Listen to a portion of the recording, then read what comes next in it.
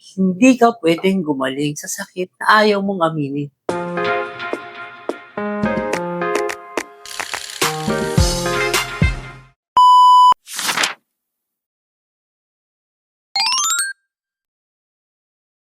Magandang araw sa inyong lahat. Ako po si Lorenzo Binay Manalo. Isa po akong dating barbero. At ngayon, isa ng negosyante. Isa na rin po akong ama. Ipinanganak po ako sa lugar na kakaunti ang choices, kakaunti ang resources. Namulat ako sa hirap ng buhay. Alam ko, ang hirap ng trabaho, nung musmus pa ako. Kaya naman, nangarap ako na magkaroon ng maayos na buhay. Nagsikap ako, nag-aral ako. Nakatapos ako ng kolehiyo. At ngayon ay patuloy pa rin na natututo. Pero hindi pala natatapos doon ang mga paghihirap at pagsubok sa buhay. Ang pagharap sa katotohanan at personal growth. At sa video na to, pag-usapan natin ang mas malalim na paliwanag tungkol sa pagharap sa katotohanan at personal growth. Kaya kung interesado kang malaman, tapusin mo, panoorin mo ang video ko na to. Kaya tara, simulan na natin. Una, hindi ka pwedeng gumaling sa sakit na ayaw mong aminin. Maraming tao ang gustong gumaling, pero ayaw nilang tanggapin na sila rin ang dahilan ng mga sugat. Gusto nila ng bagong simula, pero ayaw nilang kilalanin ang luma nilang kasalanan. At ang hindi inamin, laging bumabalik. Ang hindi hinarap, nagiging ugat ng paulit-ulit na pagkakamali. Hindi ka kaaway ng sarili mo kapag inamin mo na mali ka. Maraming natatakot na mag-admit dahil iniisip nila na kapag inamin ko, mahina ako. Kapag nagsorry ako, talo ako. Kapag tinanggap ko, nakakahiya. Pero totoo, ang hindi marunong umamin, siya ang tunay na mahina. Dahil ang lakas ay nasa pagharap, hindi sa pagtakas. Accountability equals freedom. Sa unang tingin, parang nakakulong kapag ikaw ang umaako ng mali. Pero sa totoo, mas nakakulong ka sa excuses. Mas malaya yung taong marunong umamin na ako ang nagkulang. Ako ang gumawa nun at kaya kong baguhin yun. Doon nagsisimula ang tunay na kalayaan. Yung hindi ka tinalo ng lumang bersyon ng sarili mo. Hindi ka lalaki kung puro papuri lang ang pakikinggan mo. Ito sa negosyo, sa relasyon at buhay. Walang lumago sa echo chamber. Kung ang tao ay puro papuri, palakpak at tama ka, kahit alam nila na mali ka, hindi ka nila mahal. Kino-comfort ka lang nila. Ang tunay na pagmamahal ay nagsasabi ng masakit pero totoo. Masakit maging honest sa sarili. Pero ito ang pintuan ng tunay na pagbabago. Ang pagharap sa salamin at pagtanggap na nasaktan ko pala siya. Ako pala ang pumalya. May ego akong dapat ibaba. Ito'y hindi madaling gawin, pero doon mo makikita ang parte mo na kailangan mong ayusin. Hindi para bumaba o hindi para umangat ng mas may kalidad.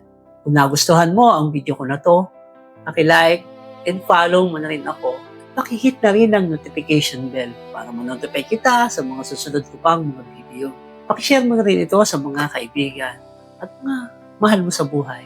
Hanggang sa muli, ako po si Lorenzo Binay Manalo, inyong kanego. Ang gusto ko ay sama-sama tayo sa pag-asenso. Kita-kits ulit tayo sa susunod ko pang mga video. God bless you. Paalam.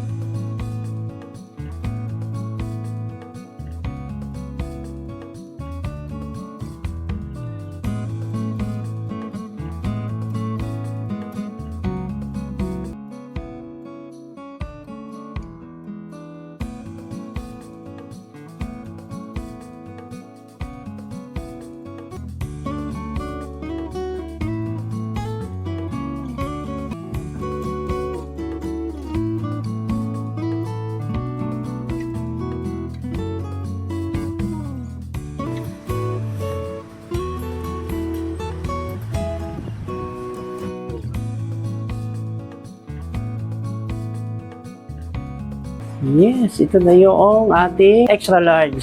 Size niya is 22 inches from Yum Food Hub.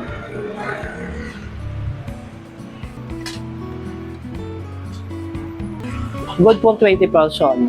Kung gusto nyo umorder, dito lang yan sa Yum Food Hub. Ito yung aming contact number, tsaka cellphone number. Follow na rin sa Facebook page. Ay, by the way, thank you nga pala sa nag-order. Crystal Shipping Company. Dito lang yan, malapit sa amin. Kung mga gusto mag-order, kontakin nyo lang dito. 1375 San Marcelino Street, Paco, Manila. Yan. Kambingan at iba pa. Okay? Ganyan kadami yung toppings. Oh. Yes. Pwede rin na purong bihon. Pwede rin na purong kanto. Pwede rin na Mickey bihon. May mga options tayo. Pwede lang kayong mag-suggest kung anong gusto nyo. Yan, ganyan kadami. Wow! Yes, accomplished. Thank you very much. Okay? By Yum Food Hub.